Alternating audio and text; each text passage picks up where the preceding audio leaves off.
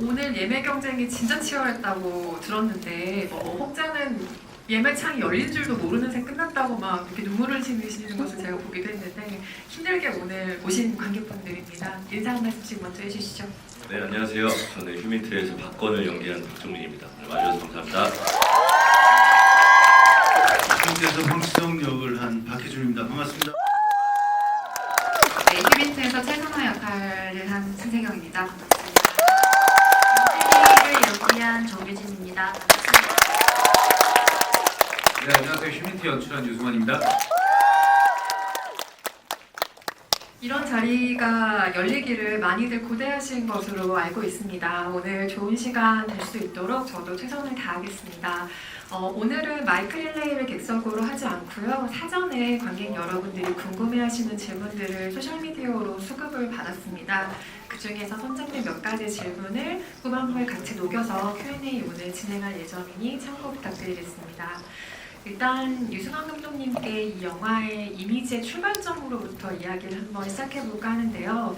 배경이 블라디보스토크죠. 막 듣기만 해도 추워지는 배경의 어떤 이미지가 생각이 나는데 추운 지역, 또 메마른 지역이라는 이 특성이 영화의 연출에 전반적으로 미친 이미지로서의 영향이 좀 있지 않을까라는 짐작해봤습니다. 그리고 고전적인 스파이 영화라고 하면 또 우리에게는 추운 나라에서의 스파이라는 어떤 고전적인 인상이 있기도 하니까요. 어떤 점들이 그 이미지에 반영됐다고 생각하시는지 궁금합니다. 저는 영화를 만들 때 어떤 계절을 배경으로 하느냐는 그 영화 전체에 굉장히 많은 것을 작용하게 된다고 생각해서 어떤 계절을 배경으로 할 것인가, 그러니까 어떤 이야기나 인물이 정해졌을 때 그 공간적 배경만큼 그 시간을 굉장히 중요하게 생각을 합니다. 실제로 몇 년 전에 만들었던 모가디슈 같은 경우는 아프리카를 배경으로 하지만 실제 모로코에서 촬영할 때 그 겨울이었거든요. 그때. 그러니까 영화는 굉장히 더워 보이지만 실제로는 되게 추웠어요. 그러니까 그런 열기 속에서 벌어져야 더욱 전달이 잘 되는 이야기가 있고, 이 이야기는 여러분들 영화 보셨겠지만 이야기의 이 특성상 블라디보스톡이라는 공간 자체가 꼭 필요한 곳이었고, 그 공간을 담아내는 그 계절이 어떤 것이 좋을까는 당연히, 그러니까 블라디보스톡이라고 했을 때 연상되는 그 바닷물까지도 얼린다는 그 추위, 그리고 그것은 겨울에는 눈이 있잖아요.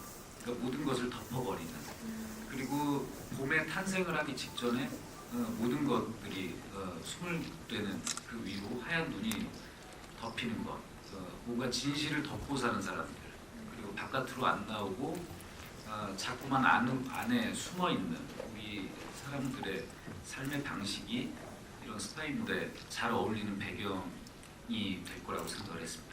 영화를 보셔서 아시겠지만 대사보다는 상황의 뉘앙스라던가 혹은 침묵으로 더 많은 것을 표현해내야 하는 작업이라는 점을 다들 인지하셨을 겁니다. 이런 종류의 작업이 배우들께 어떤 소회를 남겼는지 궁금한데, 요즘은 다들 아시다시피 대사를 거의 자막으로까지 볼 만큼 어떤 말을 하는지에 조금 더 집중해서 보게 되는 시대이기도 하잖아요. 그런 시대에 이런 영화를 만난다는 것은 관객 입장에서 굉장히 색다른 포인트로 느껴지기도 하거든요. 대사보다는 뉘앙스, 감정적인 표현들이 더 두드러지는 영화에 참여하신 소회가 어떤지 배우들께 공통으로 여쭤봅니다.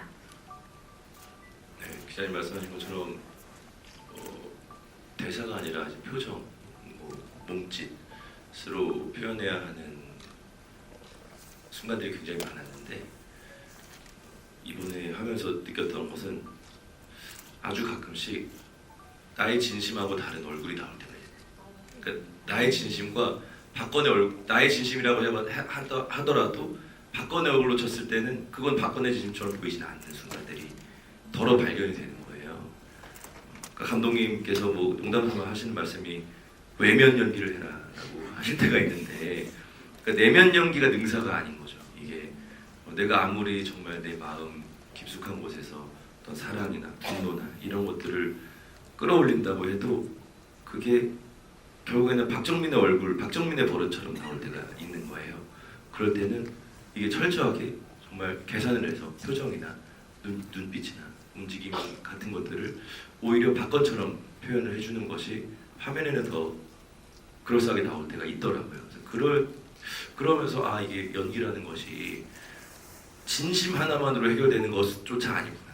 예, 그때 어떤 계속 모니터를 하면서 이 인물과 내가 만날 수 있는 지점들을 찾아내는 것이 또 굉장히 중요한 포인트겠구나라는 걸 많이 배웠고 또 박건은 대사가 많이 없어서 대사 한 줄 한 줄이 굉장히 소중했습니다. 그랬던 기억이 있어요.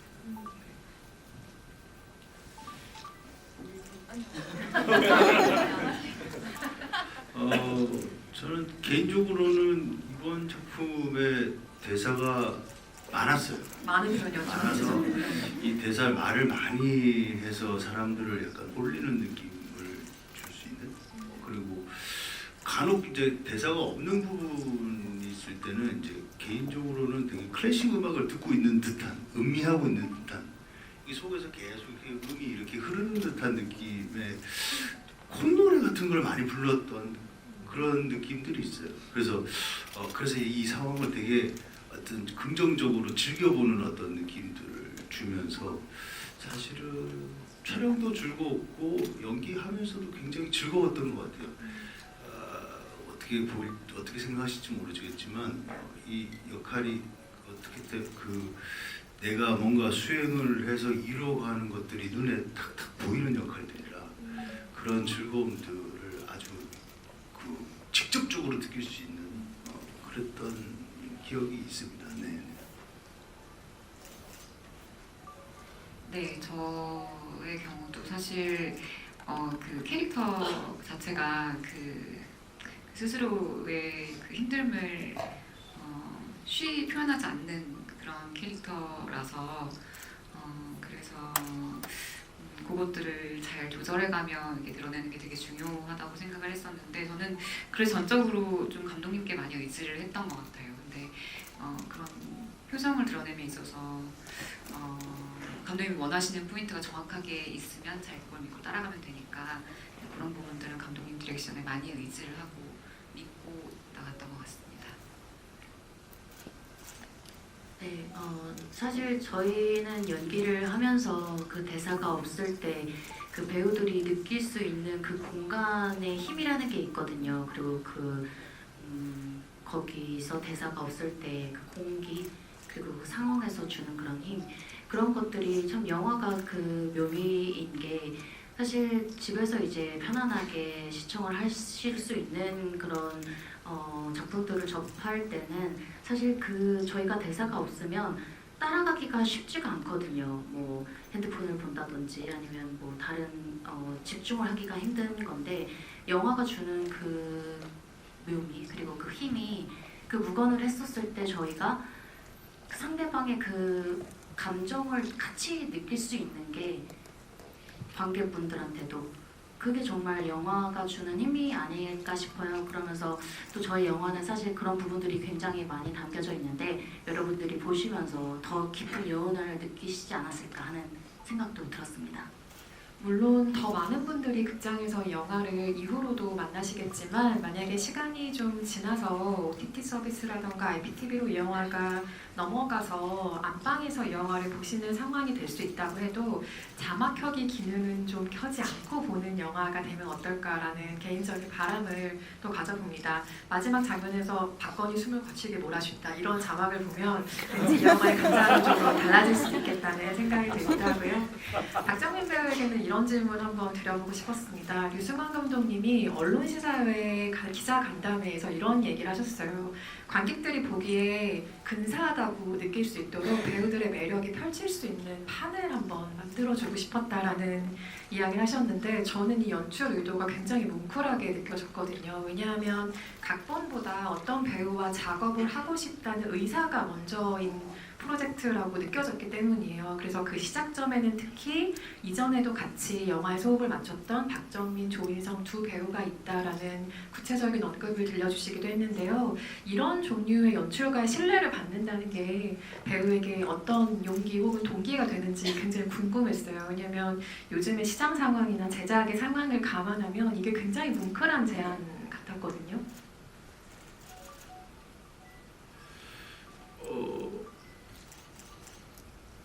그 아까 뭐 감독님께서 어렸을 때뭐 알랑드롱의 어떤 그런 극장의 가스라이팅을 당했다고 농담삼아 말씀하셨지만 저도 정말 어렸을 때 그 제가 동경했던 감독님들이 아직도 이런 표현이 맞는지 모르겠어요. 짱짱하시잖아요.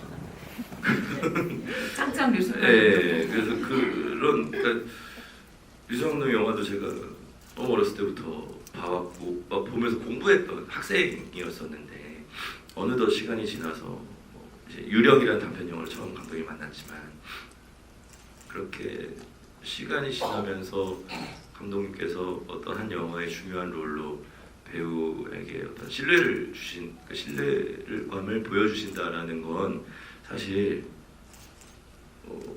좀 이루 말할 수 없는 어떤 감정인 것 같아요. 그게 모르겠어요. 잘 어떻게 표현을 해야 될지 잘 모르겠어요. 그냥 그런데도 그런 상황에서 감독님께서 어떤 이제 박정민이라는 어떤 배우를 이 영화에서 정말 근사하게 찍어주시겠다고 이렇게 작정하고 이제 찍어주신 거잖아요. 제가 그걸 언제 이제 저도 이 영화를 하면서 내가 진짜 이거 열심히 해야 되는구나라고 느낀 게 언제였냐면 저는 데뷔를 그래도 데뷔한 지 조금 됐는데도 영화를 찍기 전에 프리 단계에서 콘티를 짜는 단계에서 감독님과 촬영 감독님과 조명 감독님이 어떤 배우를 불러서 360도로 사진을 찍어본 게 처음이에요. 네, 그 자연광에서 조명을 친 상태에서 어떤 상태에서 박정민의 얼굴이 사실상 멋있다라는 것보다는 가장 박건과 유사할 것인가를 계속 연구하신 것 같거든요. 그러니까 한 배우의 어떤 얼굴을 감독님과 스태프들이 그렇게 연구를 해서 영화에 이렇게 적절하게 사용하려고 하는 어떤 의지와 믿음은 사실 살면서 크게 자주 느낄 수도 있는 경험은 아닐 것 같거든요. 그때 제가 이게 내가 그냥 가볍게 생각하고 참여할 수 있는 프로젝트는 아니겠구나 하면서 그때부터 제가 조금 더 그 전에도 열심히 했던 것 같지만 더 열심히 좀 이렇게 준비를 많이 했었던 것 같아요. 그렇게 한 번씩 감독의 전폭적인 신뢰가 박정민 배우에게 향하는 어떤 시기가 있다는 생각이 들어요. 물론 매 작품마다 같이 하신 감독님들의 신뢰를 너무나 받고 있는, 같이 하지 않으신 감독님이라도 신뢰를 보내는 배우지만 지금 저는 그 360도 촬영 이야기 들으면서 89년 윤석영 감독님과 대사 한 줄 한 줄 다 작업하셨던 그때의 기억도 갑자기 떠오르는데 그런 무한한 신뢰를 주고 싶은 배우인가 봐요. 그때 사실 살짝 생각해 보면 신뢰가 없어서 신뢰를 갖고 싶어서 네, 얘를 믿고 싶어서 하신 걸 수도 있잖아요. 네, 어쨌든 그건 애정이라 저는 애정이라고 생각해요. 그래서 그 애정에 보답을 해야 된다라는 마음으로 늘 이렇게 하는 것 같아요. 정정하겠습니다. 애정을 주고 싶은 배우였던 것으로. 신세경 배우에게는 이런 질문 한번 드려볼까요? 선아가 조과장에게 결국은 협력을 하죠. 그의 정보원이 되는데 사실 어떤 과정을 거쳐서 그에게 협력하게 됐는지에 대한 구체적인 과정이 영화에서는 공백입니다. 예컨대 조과장의 첫 정보원, 안타깝게 목숨을 잃는 그 초반 장면에 등장하는 정보원 같은 경우는 뭐 많은 인간적인 유대감이 있었겠지만 헌법의 구절을 언급할 때 좀 마음이 크게 움직인 인물로 보이기도 하죠. 선아는 무엇에 마음이 동했다고 생각하셨을까요? 저는 이제 가장 큰 이유는 그 선아의 경우는 어머니께서 이제 간암 진단을 받으신 이후부터는 삶이 180도 달라졌거든요. 굉장히 다른 형태의 삶을 살게 됐는데 일단 가정 상황이 굉장히 많이 안 좋아지고 그 이후부터는 이제 학업도 포기하고 모든 것을 이제 어머니 치료 비용을 마련하는 것에 올인할 만큼 삶의 형태가 완전히 달라졌거든요. 그래서 조 과장이 어머니 그 암 치료 비용이라던가 뭐 약이라던가 이런 것들을 보여주셨을 때, 제안을 하셨을 때 당연히 그런 선택을 할 수밖에 없었을 것 같아요. 그것 말고 달리 방법이 없으니까. 근데 사실 굉장히 무거운 책임감을 어깨에 짊어지고 있는 캐릭터라고도 볼 수 있는데요. 아무리 상황이 날 그렇게 극한으로 몰아넣는다고 해도 사실 휴민트가 되는 선택을 하는 건 굉장히 용감하다는 생각이 들거든요. 네. 그래서 저는 선아의 가운데 굉장히 용기 있다라는 생각이 들었습니다. 아마도 저런 마음들이 영화 곳곳에서 보이기 때문에 마지막에 선아가 아마도 이 사람의 인생에서 처음으로 자신만을 위한 선택을 하고 있을 것 같은 어떤 상황에 놓인 순간을 볼 때 그렇게 마음이 좋아지나 봐요. 아마도 저 사람의 인생에서 없었던 순간을 다시 살아보듯이 하는 순간들에 드디어 놓였겠구나 하는 안심이 좀 되는 장면인 것 같기도 하고요. 박정민, 신세경 배우의 안타까운 사랑은 이 영화를 책임지는 어떤 뼈대와도 같기도 한데 선아와 건의 좋았던 한때를 우리가 볼 수 없다는 점이 굉장히 아쉬운 지점이죠. 근데 보이는 대신 들리는 장치로 이 두 사람의 어떤 사연을 짐작을 할 수가 있죠.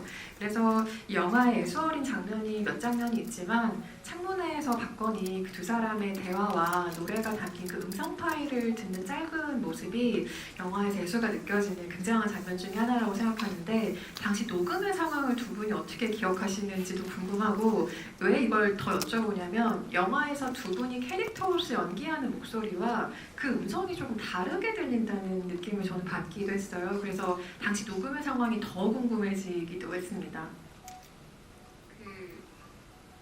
두 사람이 가장 좋았던 한때를 표현하고 싶었기 때문에 목소리가 조금 달리 들렸을 수 있다고 생각하고요. 그리고 녹음 상황은 말씀해 주시죠.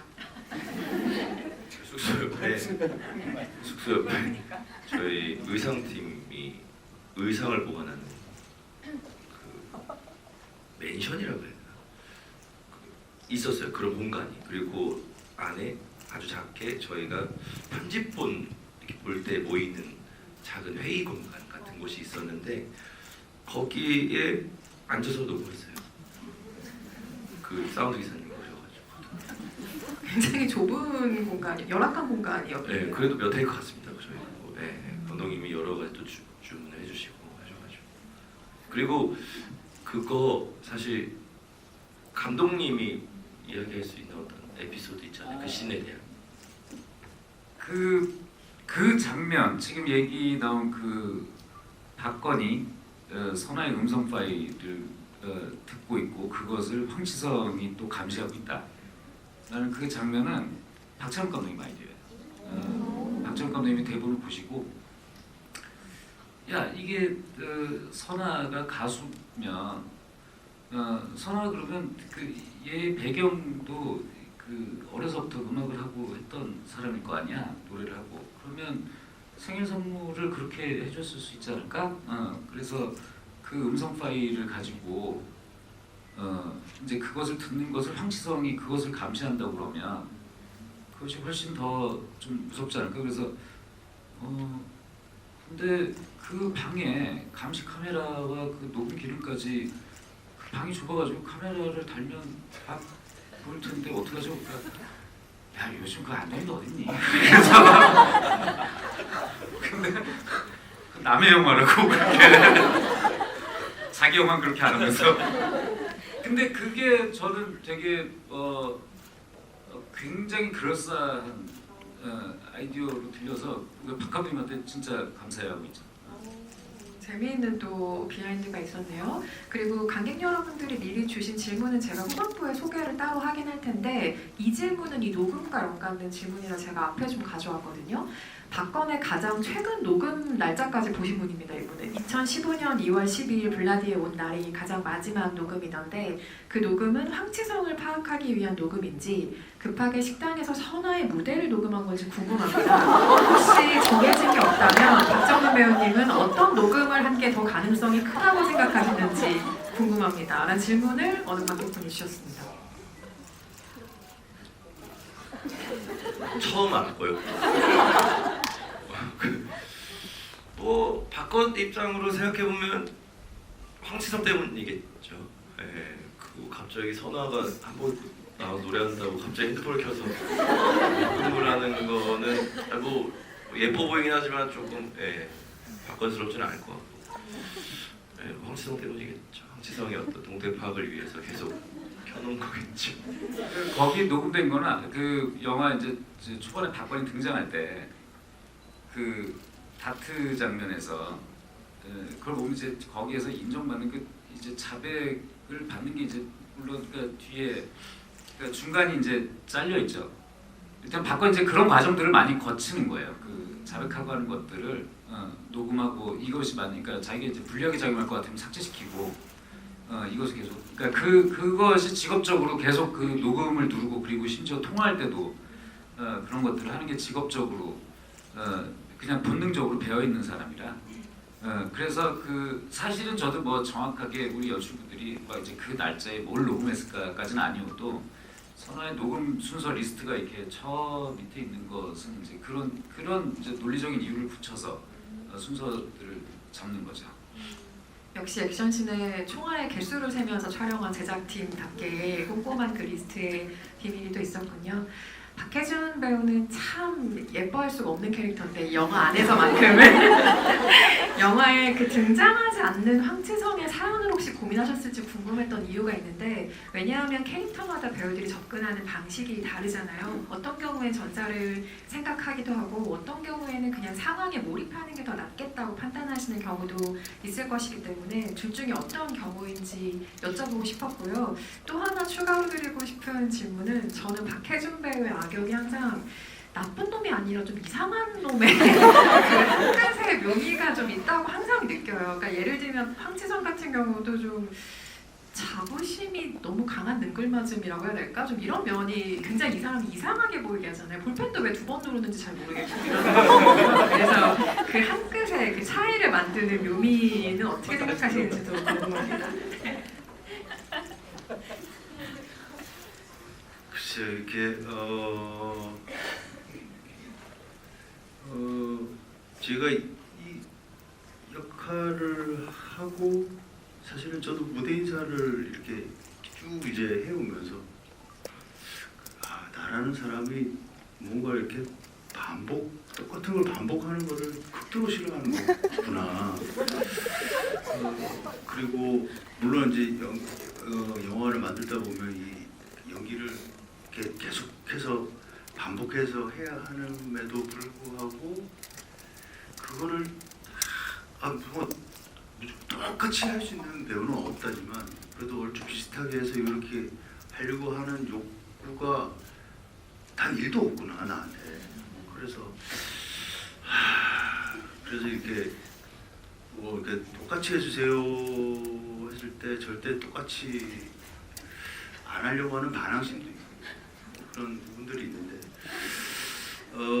사실은 이 황치성이라는 인물의 배경 중에 이제 감독님이 뭐 이렇게 우리 가족 사진도 이렇게 찍고 반지 꼈는데 댓글에 반지 낀 모습 너무 싫다고. 뭐 그럴 수 있죠. 이제 그렇게 생각하실 수도 있는데 실제로 이제 그렇게 북한 주제에 있으면 실제로 가족 중에 한 명은 또 본국에 있어야 되는 그런 부분들도 있고 그런 것들을 생각해서 그렇게 뭐 이 사람도 이제 가정이 있고 한 가정의 이제 가장이기도 하고 하지만 이제 본인이 꾸려놓은 이 자기만의 세상에서 자기 것을 충분히 누리고 있는 이런 역할인데 참 조금 사실은 안타깝기도 하더라고요. 이 인물 자체가. 근데 개인이 이거를 계속 유지하기 위해서는 어떤 뭔가 이런 악행임을 알매도 유지하기 위해서는 뭔가 자신의 그게 필요한데 사실 그게 약간 변질된 것 같아요. 그러니까 대의를 위해서 본인이 가지고 있는 분리할 때는 그 대의를 위한 거를 정당화시키고 그다음에 뭔가 내가 뭐 편하게 할 수 있는 거는 그 대의를 버리고 그냥 개인 욕심을 쫓아오기도 하고 항상 당을 위해서 하는 것처럼 계속 핑계를 대는 거죠. 근데 최근 뭐 어떤 하지만 정치 우리 뭐 뭐 그러신 분들 있잖아요. 우리는 뭘 위해서 하는데 결국 사리사욕을 채우는 뭐 그런 어떤 인물에 좀 접근했다라고 생각할 수가 있는 것 같아요. 네. 네, 그래서 뭐 어쨌든 되게 재밌게 감독님이 상황에 따라서 이렇게 뭐 한 길로 가지 않게끔 늘 캐릭터를 이렇게 이렇게 상황을 충분히 즐기는 어떤 인물로 계속 만들어왔기 때문에 굉장히 자유롭게 연기를 즐겼던 느낌이 있습니다. 네.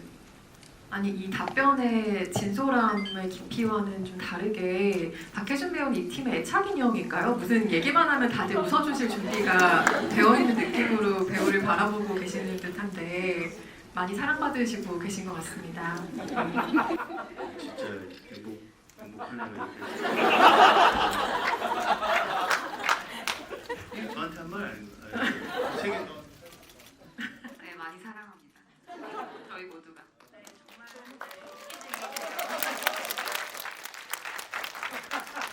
유수환 감독님 저렇게 좋아하시는 거 되게 오랜만에 보는 것 같은데 오래 기다리신 정유진 배우에게도 마이크 넘겨보겠습니다.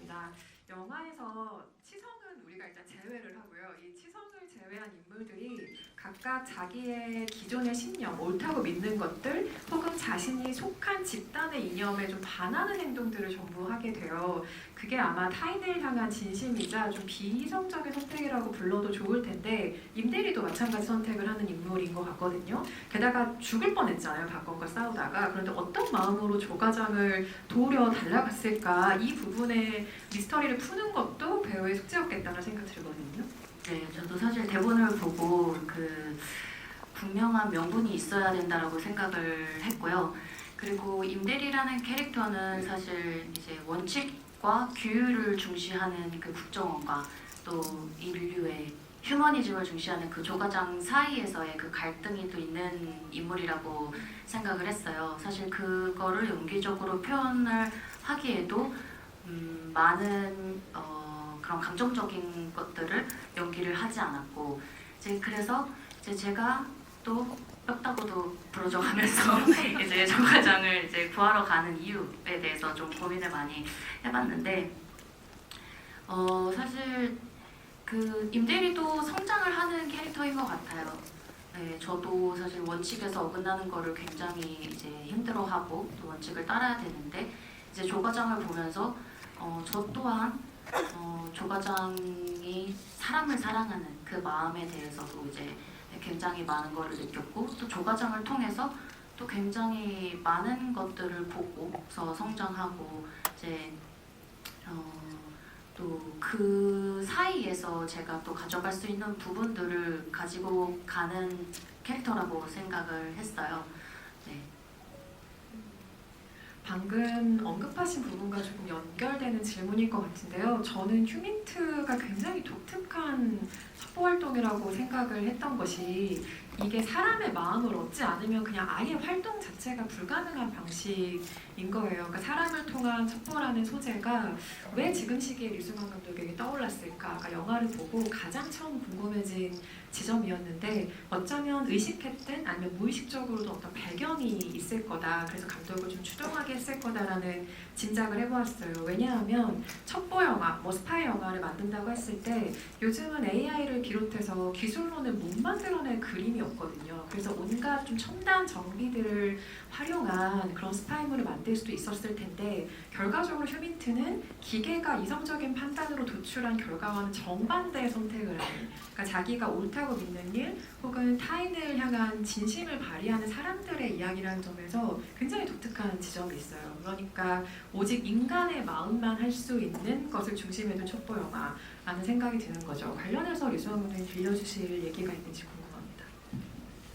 저는 그러니까 제 그 영화의 출발부터 저는 휴민트 속에서 그리신 인물들은 굉장히 순애의 마음을 가지고 있는 사람들이라고 읽었고 사람과 사람 사이에 생기는 뭐 죄책감도 있을 것이고 사랑도 있을 것이고 여러 가지 감정이라고 하는 게 유일하게 이념과 체제를 넘어설 수 있는 무언것 그리고 계산할 수 없는 무기라는 생각이 많이 들어요. 그래서 요즘에는 AI로 너무 많은 이미지들이 생산이 되기 때문에 우리가 이제 진실을 가리려면 그 어떤 결정적 증거의 진위까지 다 검증해야 되는 시대가 도래를 하게 된 거죠. 그런 시기에 끝내 조작할 수 없는 게 뭘까? 그건 사람의 마음인 것 같거든요. 그래서 그 답이 이 휴민트라는 영화에 있다라는 생각이 들었고, 우리가 살아가는 동시대와 그 시기에 나오는 영화들은 어떤 식으로든 조응을 할 수밖에 없는데, 만드는 사람들이 의식을 했든 아니면 무의식에 있었든 이런 점들이 아마 휴민트를 좀 더 강렬하게 만드는 지점이 아닌가라는 생각을 하게 됐습니다.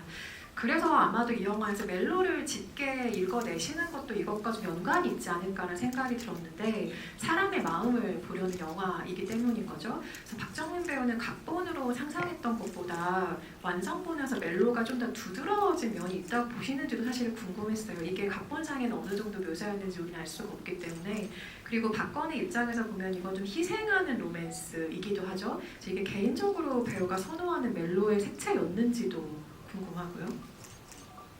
우선 저는 이 대본을 처음 이제 받고 이렇게 준비를 할 때 뭐 이렇게 뭐 지금 개봉하고 난 요즘에서는 많은 분들이 뭐 멜로 영화 같다, 멜로 영화의 어떤 뭐 이런 이야기들 해주시잖아요. 근데 그 정도일 줄은 몰랐어요.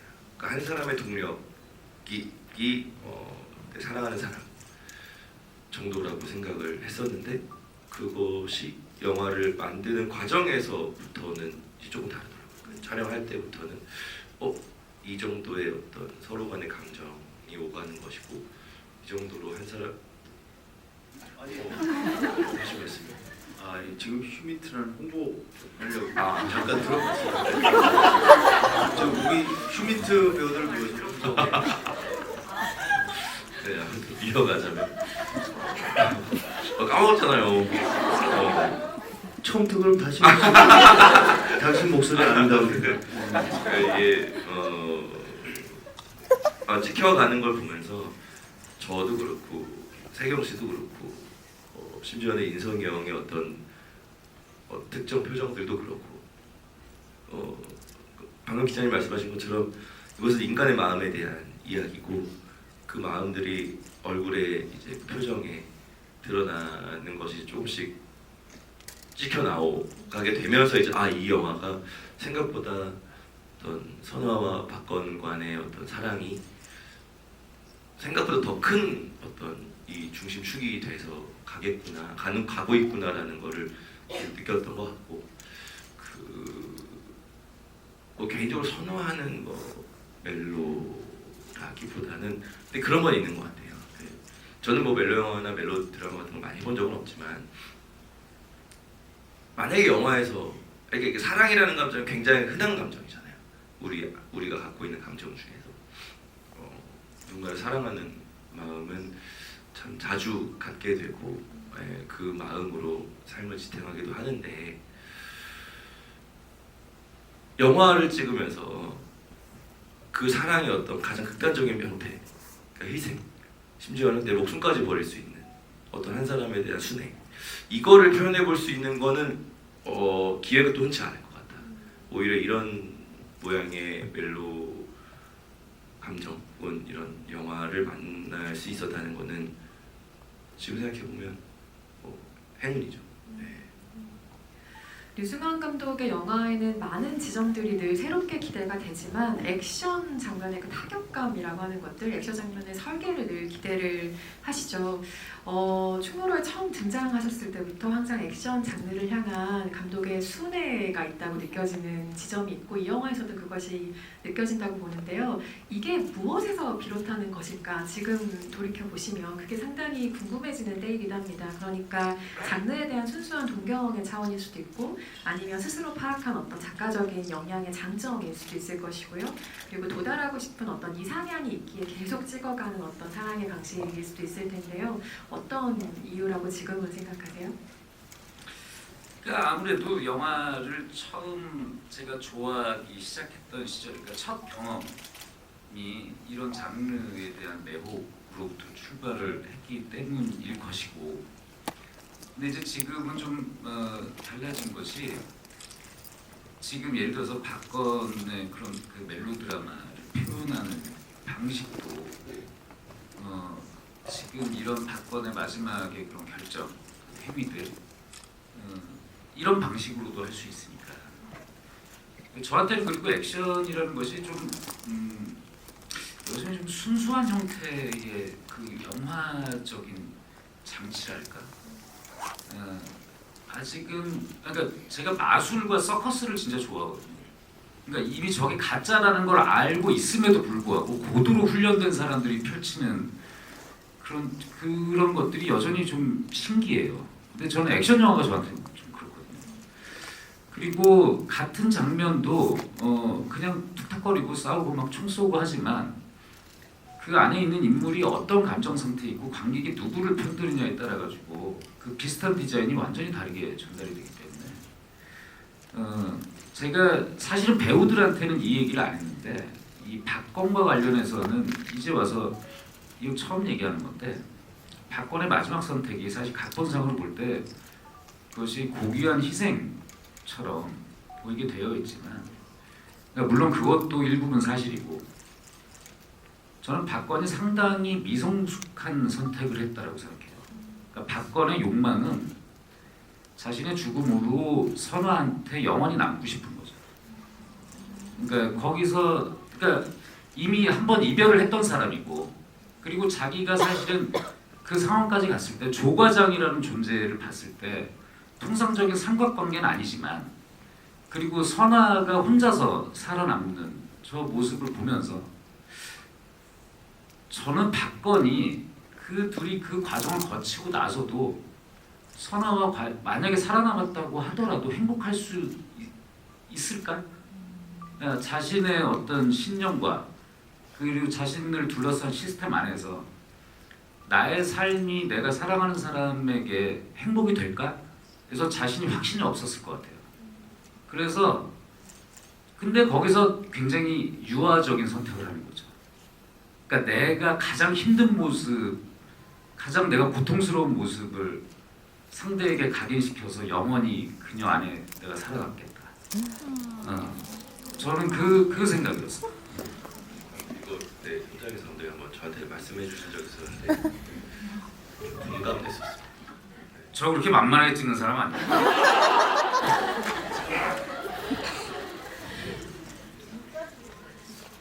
액션에 대한 이야기 방금 해주신 것도 그렇고 저는 여전히 어떤 장르적인 동경을 가지고 있는 기성 감독이 있다는 사실이 너무 좋아요. 그러니까 타성에 젖을 수도 있고 그냥 찍던 대로 관성으로 찍는 작업들을 할 수도 있잖아요. 류승환 감독의 경력 안에서면 그래도 재밌을 거예요. 그런데 여전히 어떤 새로운 실험의 영역들을 생각하시는 우리에게 여전히 든든한 기성 감독이 있다는 게 굉장히 좀 뭉클하게 느껴지기도 하네요. 제가 요즘에 굉장히 사소한 이야기인데 공연을 하고 있거든요. 근데 초반에 이제 가족들을 소개하는 그 대사들이 좀 있어요. 거기서 제가 항상 그 대사를 하면 감독님 생각이 나는데 아빠는 어렸을 때 서커스에 가셨다가 동물들과 사랑에 빠지셨대요.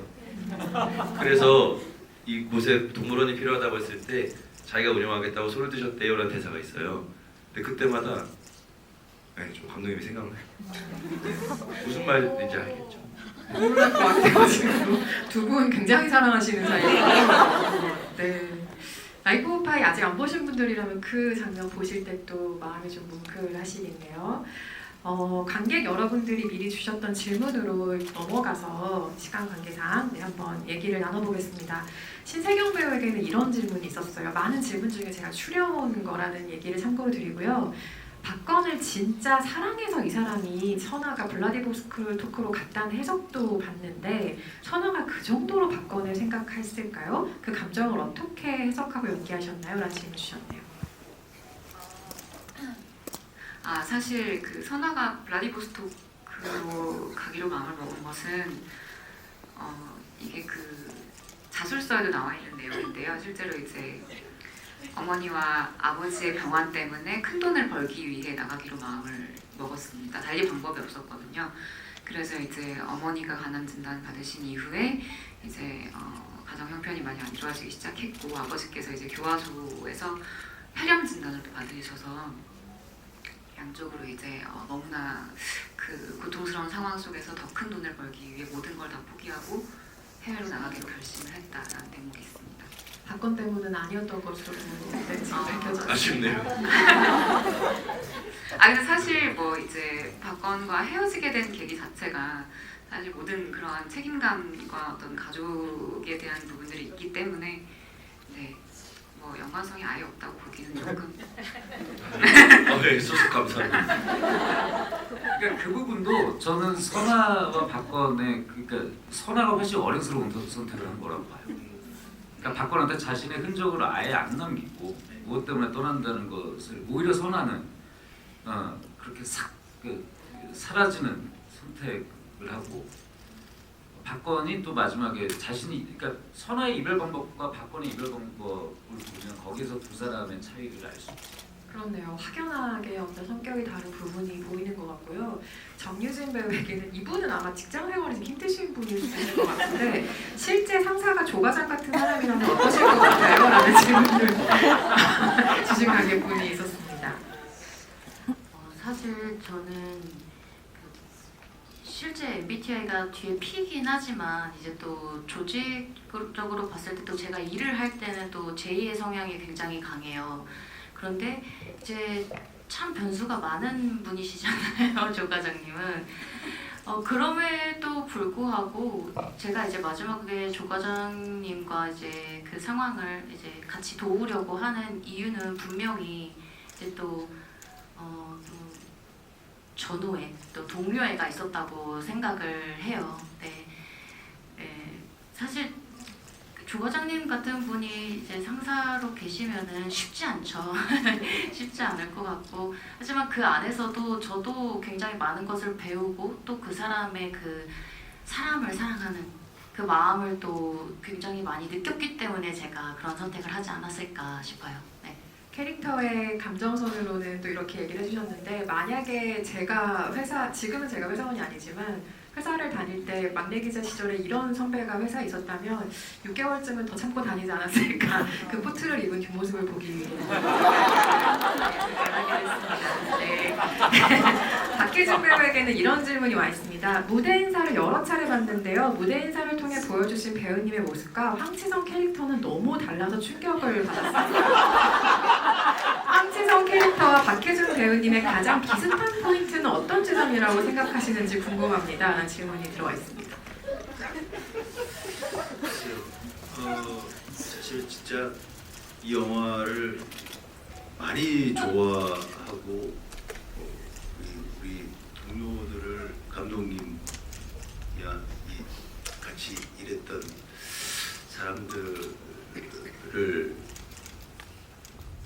진짜 좋아했나 봐요. 그리고 그래서 다 진짜 내려놓고 이번에 이제 일을 하고 있는 것 같은데 실제로 뭐 그 내가 하고 싶은 부분이었기도 하고 진짜 아까 박건 얘기를 해가지고 약간 왜냐면 이 영화가 자꾸 생각이 나거든요. 이 둘과 그다음에 조과장도 너무 외롭고 쓸쓸하고 이게 떠나질 않는데 사실 황치성도 너무 외로워. 너무 외로워. 너무 힘든 사람이니까 금태 뭐 금운동 다 진짜 막 그 쓸쓸함의 그 구독이 극대화돼 있는 상태에 있는 인간들이 다 모였는데 이 그런 어떤 애틋함이 있더라고요. 그래서 이 영화를 어쨌든 무슨 얘기하다가 이렇게 질문 자체는 황치성과 이- 박혜준 네. 배우의 닮은 점이었습니다. 그렇게 진짜 열심히 뭐 잘해야겠다 그리고 즐겁게 해야겠다라는 어떤 목표를 두고 이렇게 인사를 드리고 있어서 그리고 사실은 뭐 그 비슷한 부분도 있죠. 네. 그리고 한시도 어떤 지루함을 못 찾는 부분들이 또 있기 때문에 이 친구들과의 같이 있다는 그 즐거움과 이 지루함을 못 찾는 뭐 이런 것들이 아마 이 황치성이 그 좁은 그 혼자만의 그 성에서 나름 혼자만의 즐기는 방식과 약간은 좀 받지 않을까라는 그런 생각을 해봅니다. 누군가는 반지 낀 것도 싫다고 했지만 외로운 사람입니다. 홍채선. 그리고 멀리 계신 관객분들은 아마 잘 안 보이셨을 텐데 방금 영화 이야기와 같이 동료들과 시간을 보냈던 이야기를 하시면서 눈가가 지금 굉장히 촉촉해지셨어요.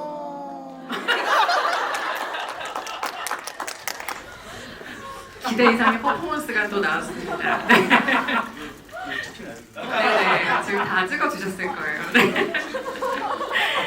아 그리고 이 질문이 정말 사실은 많았는데요. 박건이 마지막에 어떤 얘기를 대체 했느냐. 근데 저는 이번에 진행자의 권한을 발휘해서 이 질문을 박정민 배우에게 드리지 않을 겁니다. 왜냐하면 박정민 배우가 이걸 5년 뒤에 공개할 거다라고 하셨을 만큼 이걸 좀 비밀로 감춰두고 싶었던 의지가 느껴졌기 때문에 물론 관객 여러분 질문 중에는 이것 때문에 궁금해서 수능 망할 것 같다. 그리고 답변을 유추하다가 동생이랑 싸웠다 등등의 여러 협박과 간절함들을 제가 받지만 안 됩니다.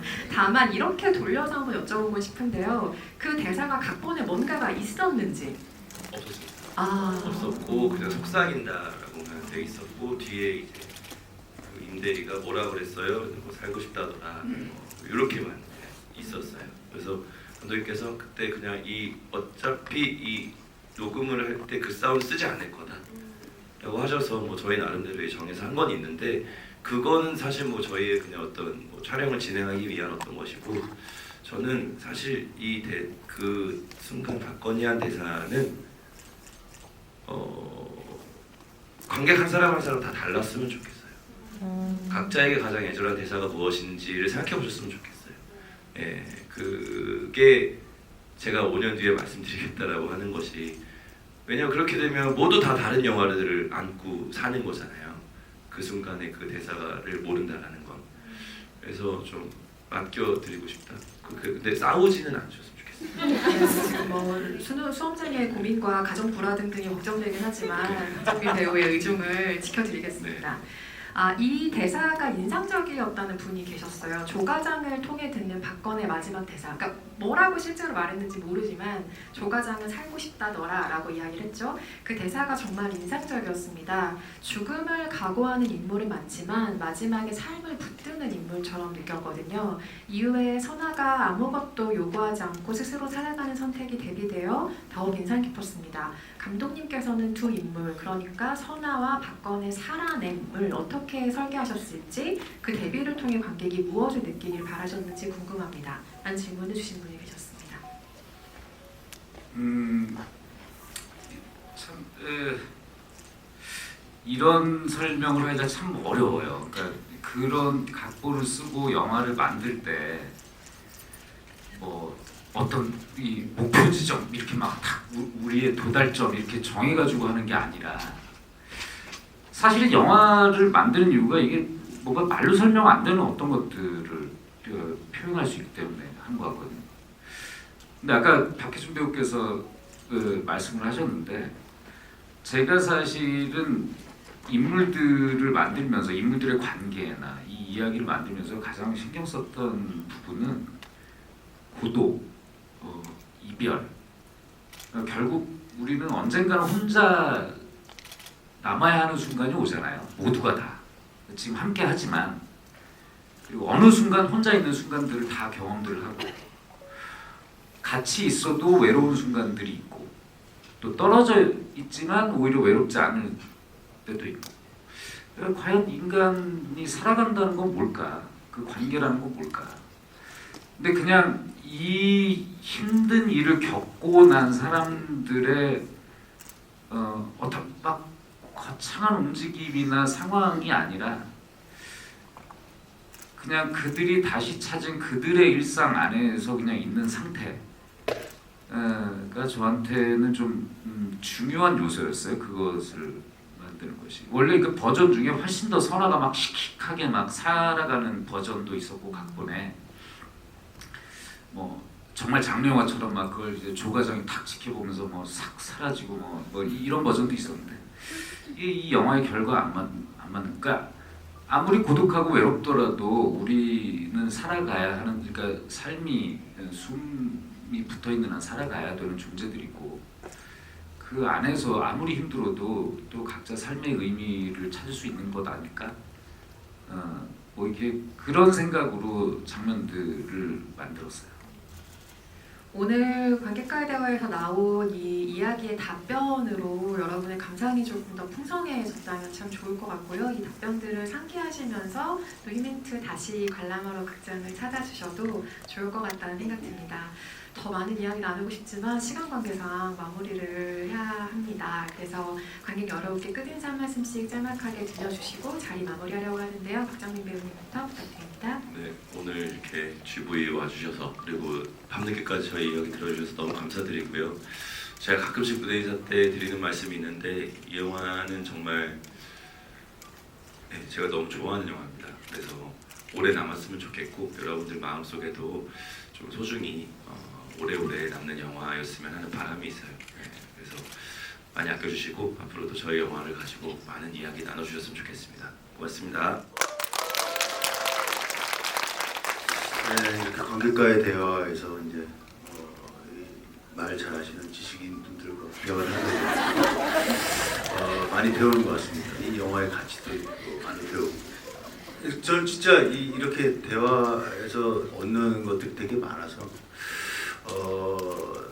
이 영화를 매회 이런 얘기가 나올 때마다 다시 보는 것 같은 느낌이 들어서 기분 좋습니다. 이 무대 인사 이제 즐겁게 유쾌하게 할 거고 또 이렇게 와주신 분들 계속 할 거고 마지막에 이제 한 달 후에 혼자 조용히 가서 이 영화를 한번 즐겨보겠습니다. 네, 감사합니다. 네, 오늘 이렇게 늦은 시간까지 함께해 주셔서 진심으로 감사드리고요. 네, 저희의 마음처럼 여러분도 저희 작품에 이렇게 애정 가져주시고 아끼는 시선으로 바라봐 주셔서 진심으로 감사드립니다. 이 작품은 저에게 굉장히 소중한 추억들을 많이 안겨준 작품인데요. 오늘 이 관객과의 대화를 통해서 여러분께도 더더욱 소중한 시간을 선물하는 그런 작품으로 남았으면 하는 바람이 있습니다. 네, 오늘 늦은 시간까지 감사했습니다. 우선 이렇게 월요일에 저희 영화 찾아주시고 밤늦게까지 함께 해주셔서 진심으로 감사드리고요. 그리고 이 질문들을 하나하나씩 이제 듣고 저희가 또 답을 해봤는데 여러분들의 정말 진심 어린 그런 관심과 사랑들이 느껴질 수 있어서 너무 감사하게 생각하고 있습니다. 저희 영화의 끝이 참 여운이 깊은데 여러분들도 가시는 길에 그 깊은 여운 함께 하시기를 바라겠고요. 그리고 늘 감사하고 네, 행복하세요. 감사합니다. 우선 이렇게 어쩌면 처음이자 마지막일 수도 있는 배우들과 이렇게 함께하는 GV에 이렇게 와주셔서 너무너무 감사드리고요. 그리고 사실 늦은 시간인데 끝까지 이렇게 오래 남아주신 것도 너무 감사합니다. 그리고 저한테 개인적으로 지금 이제 무대 인사하고 하면서 되게 특별한 것이 함께한 배우들이 진심으로 이 영화를 모두 한 사람 한 사람이 너무 아껴준다는 것이 느껴져서 같이 만든 동료로서 너무너무 고맙고 뿌듯하고 그렇습니다. 그리고 이 자리에서 사실 제가 그 언론 라운드 인터뷰나 뭐 이런 것들을 많이 했는데도 불구하고 정작 못했던 얘기들이 있거든요. 근데 이런 얘기를 할 수 있는 질문을 또 우리 이은성 기자님께서 해주셔가지고 새해 복 많이 받으시고요. 영화 휴민트 많이 아껴주세요. 마음에 꼭 담아주세요. 박건이 죽는 것처럼. 네.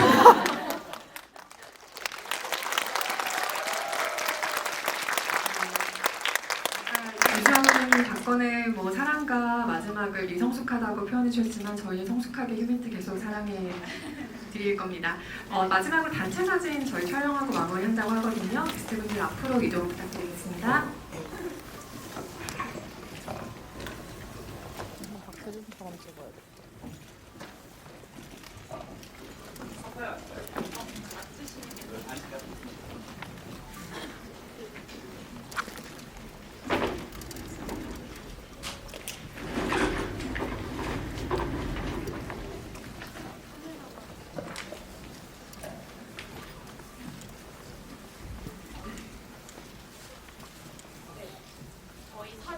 블러 처리 따로 안 하고 진행할 예정이라서 참고 부탁드립니다. 네. 이거 이제 큐미트 하시는 분들 크리스티나. 네. 네. 파이팅!